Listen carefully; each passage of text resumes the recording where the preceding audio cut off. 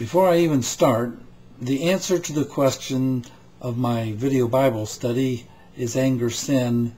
The answer is no, anger is not sin.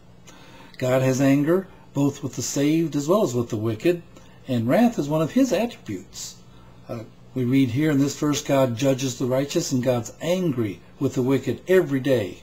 And this verse here says the anger of the Lord was kindled against Moses. But God's anger is always a just or fair reaction to evil, and it's never ever misguided. Other examples in the Bible of anger were Moses, who was a man of God, and he was a man to whom God spoke face to face, but he had anger. Saul, we read in this verse, had anger when the Spirit of God came upon him. And even our Lord Jesus Christ had anger, and we can read that in this verse here. And you and I have anger. So anger is not sin, rather it's a feeling of emotion, or a feeling or an emotion, and it's natural and one that all of us experiences at one time or another. So a definition of anger, simply put, would be it's a strong feeling towards someone or something that's in opposition to you. It's an emotional state, and it comes when we feel threatened or demeaned, or like we've been had, or we're bothered or frustrated or put down. But it is an extremely strong emotion, and it can lead to sin depending on how it's expressed.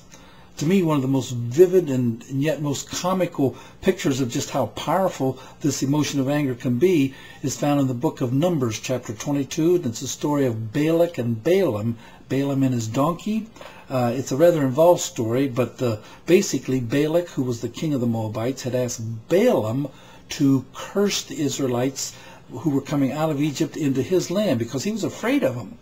And God did not want Balaam to do this, and so he was going to stop Balaam. And we read, Balaam rose up in the morning, saddled his donkey, and went with the princes of Moab. And God's anger was kindled because Balaam went. And the angel of the Lord stood in the way for an adversary against him. And the donkey saw the angel of the Lord standing in the way, and his sword drawn in his hand, and the donkey turned aside out of the way. Had common sense, and went into the field, and Balaam smote the donkey to turn her back into the path. But the angel of the Lord stood in the path of the vineyards, a wall being on this side and a wall being on that side. And when the donkey saw the angel of the Lord, she thrust herself into the wall and crushed Balaam's foot against the wall, and he thumped her again. And then the angel of the Lord went further and stood in a narrow place where there was no way to turn either to the right or to the left. No way around, had to go through. And when the donkey saw the angel of the Lord, she fell down under Balaam. And Balaam's anger was kindled, and he smote the donkey with a staff. And now here's a miracle. The Lord opened the mouth of the donkey. Now this isn't just like a parrot mimicking or making sounds. This was the donkey actually speaking. The Lord opened the mouth of the donkey, and she said to Balaam, "What have I done to you that you've smitten me these 3 times?" And Balaam said to the donkey, "Because you've mocked me, I wish I had a sword in my hand, for now I would kill you instead of hitting you." And the greatest miracle, or the most amazing thing here, is not the miracle to me that God opened the mouth of this donkey, but that Balaam, rather than be astounded and amazed at this miracle taking place before him, didn't even notice it. He just had a negotiation with this donkey and went on to talk and explain why he was so mad. And to me, it just shows how powerful the emotion of anger is. He was so enraged, so angry, so mad, that his judgment was completely clouded, and he didn't even see the facts or couldn't even understand what was going around him, even to the point that he missed something that never happens, animals talking to him. Now, our experience and the experiences that we have and the Bible both suggest that there's a legitimate or a constructive way to express anger, and there's a sinful or a destructive way to express anger. And the question is, how do we distinguish them? I think constructive anger, to me, is the kind that's expressed in harmony with biblical limitations and principles. Let me say that again. I think constructive anger is the kind that's expressed in harmony with biblical limitations and principles, while obviously destructive anger is not expressed in a biblical way, and it often results in great conflict with people. One thing that many of us are guilty of is what we call venting, or blowing off steam, getting it out, not holding it in.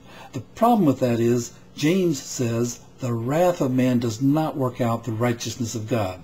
Some believe that anger can be bottled up and that it will build up steam like a pressure cooker and eventually explode. There's a lady named Carol Tavris who wrote a book in 1984 called Anger, the Misunderstood Emotion. And I'm going to read a little bit out of it here. In that book, though, she does point out that we don't store anger any more than we store positive emotions. And she says, who would claim that we'll explode if we don't express joy or gratitude? Moreover, expressing anger, far from relieving it, often nurtures it. By focusing on our angry feelings, we intensify them, according to Tavris. Expressing anger frequently sets up a chain of events that worsens the situation.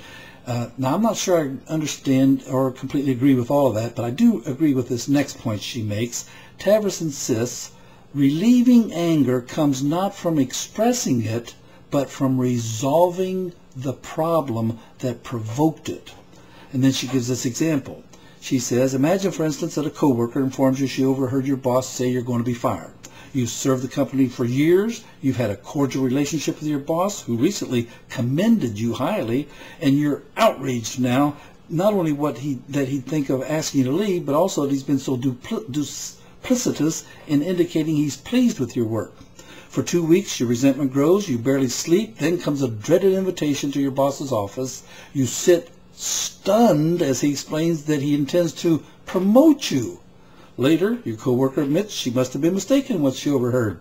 So what happens to your burning anger, Tavris asks, when you learn you had things completely wrong? It vanishes. You haven't let it out at all, but it's gone anyway. And each of us, she suggests, has experiences in which anger we've never expressed disappears as soon as the upsetting situation is resolved. Again, the key word here, I think, and what I agree with, is resolving, not venting and raging and ranting, but resolving.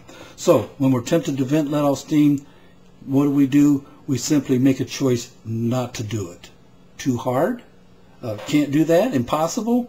Well, what about the time when you were in this intense argument and the phone rings, and you go from screaming and hollering and arguing and red-faced and veins popping out of your neck to, hello? And you see, you made a choice there, didn't you? You went from one thing to another.